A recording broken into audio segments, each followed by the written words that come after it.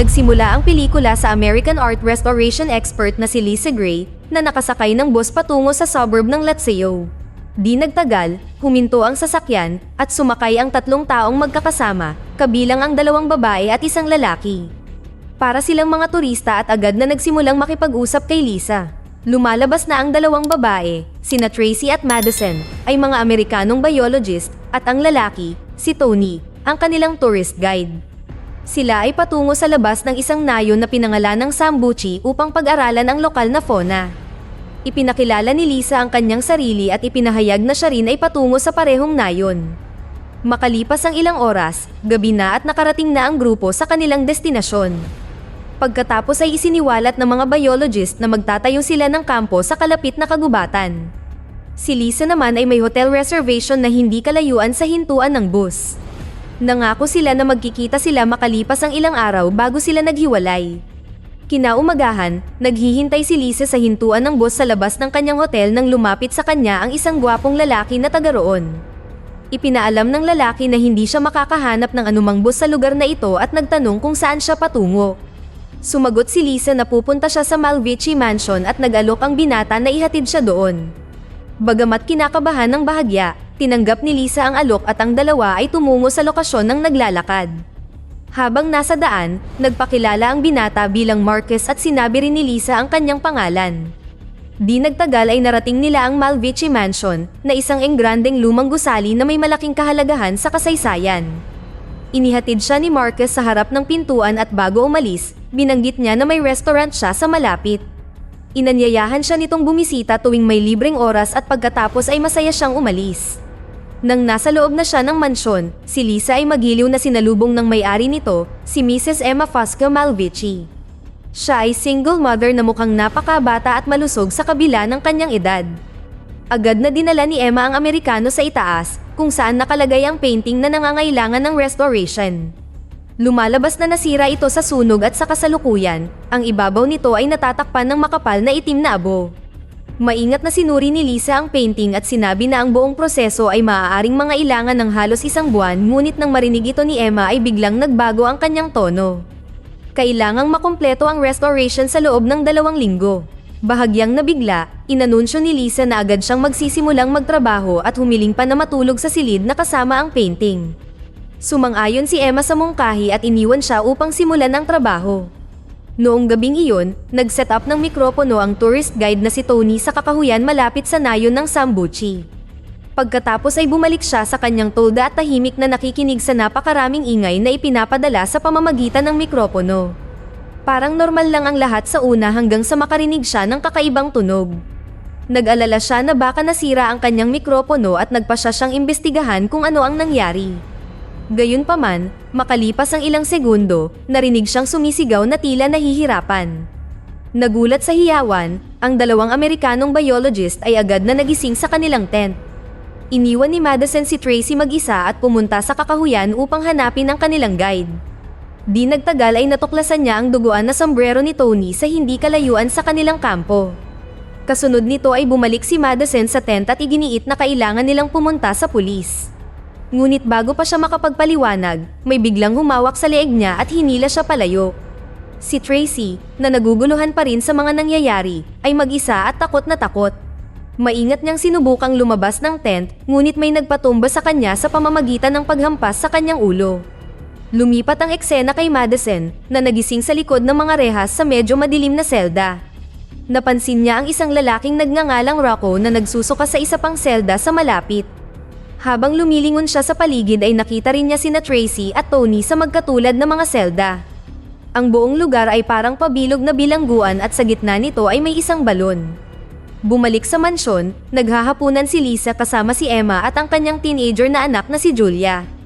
Sinubukan ng Amerikano na makipag-usap kay Julia at nagtanong kung anong grado ang pinag-aaralan niya, ngunit ang huli ay biglang binitawan ang kanyang tinidor at umalis sa mesa nang walang salita.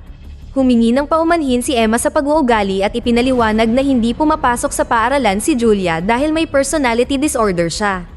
Siya ay 13 taong gulang ngunit hindi kumikilos ayon sa kanyang edad. Nang marinig ito, nagpasalamat si Lisa kay Emma para sa hapunan at nagpaalam para matulog. Sa ibang lugar, Si Aruta, isang dambuhalang lalaki na may sobrang maputlang balat, ay dahan-dahang pumapasok sa lugar na may mga selda. Sinimulan niyang obserbahan ang bawat bilanggo bago lumapit patungo sa balon sa gitna. Hindi mapigilan ang kanyang galit, sinimulan ni Tony na sumigaw kay Aruta at nagutos na palabasin siya, ngunit ang dambuhalang lalaki ay nananatiling tahimik at ibinaba ang metal na balde sa balon at muli itong kinuha. Si Tony ay patuloy na sumisigaw ng iba't ibang kabastusan hanggang sa tuluyang naasar si Aruta. Lumapit siya sa selda ni Tony at sinaksak siya sa likod gamit ang malaking kutsilyo. Ang mga babae ay nanunood sa takot habang hinihila ng higante ang lantang katawan ni Tony at itinapon sa balon. Sa mansyon, si Lisa ay unti-unting nakakagawa ng pagsulong sa pagpapanumbalik ng painting.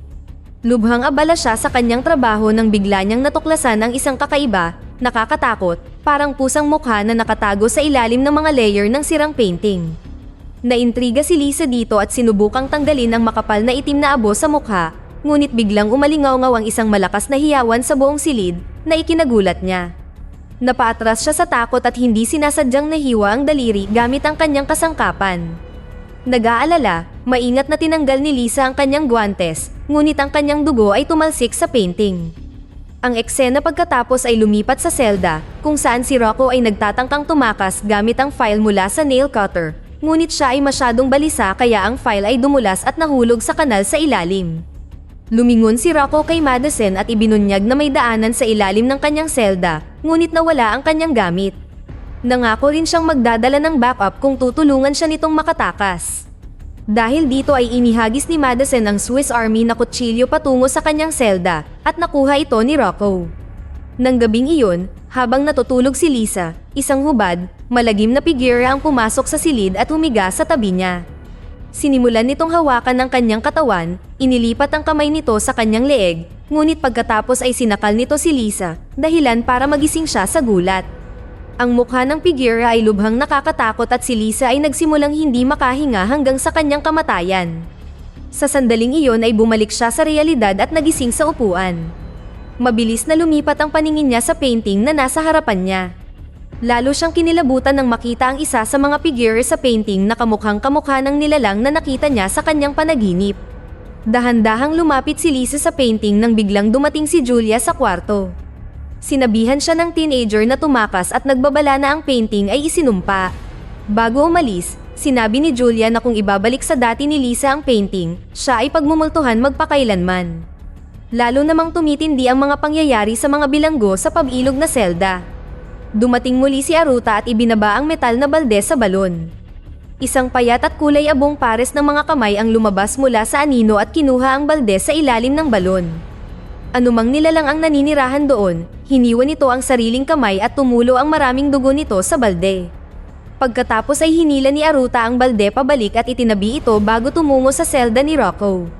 Napagtanto ni Madison na kapag namatay si Rocco ay walang makakaalis sa impyernong lugar na ito.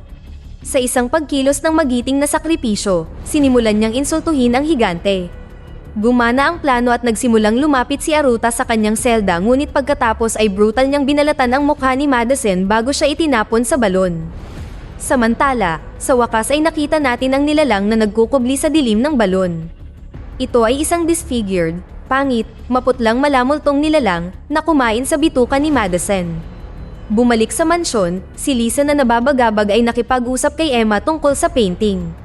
Hindi niya sinasadyang ibinunyag na sinabi sa kanya ni Julia ang nakakatakot na kwento tungkol sa painting. Ngunit itinanggi ni Emma ang kwento, sinabing si Julia ay madalas na gumagawa ng mga kakaibang kwento ng pantasya sa kanyang isipan. Hinimok din niya si Lisa na mag-focus sa kanyang trabaho, na nagpapaalala sa kanya na ayon sa kontrata, anumang pagkaantala sa paghahatid ay magreresulta ng mabigat na parusa. Dahil sa tumataas na stress, kumuha si Lisa ng ilang antidepressant bago bumalik sa trabaho. Magsisimula na sana siya nang biglang may narinig siyang umiiyak sa malapit. Maingat siyang nag-imbestiga para lang magimbal nang makita si Madison na malubhang nasugatan at umiiyak sa bathtub. Sa sobrang takot, tumakbo si Lisa palabas ng kwarto at nabangga si Emma. Binasag nito ang ilusyon at napansin ni Lisa na walang ibang tao sa banyo. Si Emma ay labis na nagagalit sa kanyang madalas na breakdown at binalaan siya na kapag hindi ito natapos sa oras, pagsisisihan niya ito.